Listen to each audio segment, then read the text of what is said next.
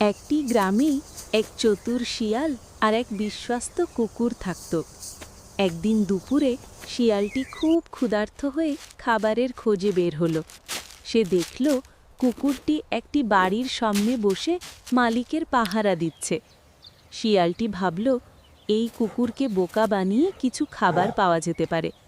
শিয়ালটি মিষ্টি গলায় বলল, বন্ধু কুকুর, তুমি তো সারাদিন কষ্ট করে পাহারা দাও, একটু বিশ্রাম নাও, আমি তোমার জায়গায় পাহারা দিচ্ছি। কুকুরটি একটু ভাবল, কিন্তু সে তার দায়িত্ব ভুলল না। সে বলল, ধন্যবাদ বন্ধু, কিন্তু আমি আমার কাজ কখনো ছেড়ে দিই না। শিয়ালটি বুঝল কুকুরকে ফাঁকি দেওয়া যাবে না, তাই সে চুপচাপ সেখান থেকে চলে গেল।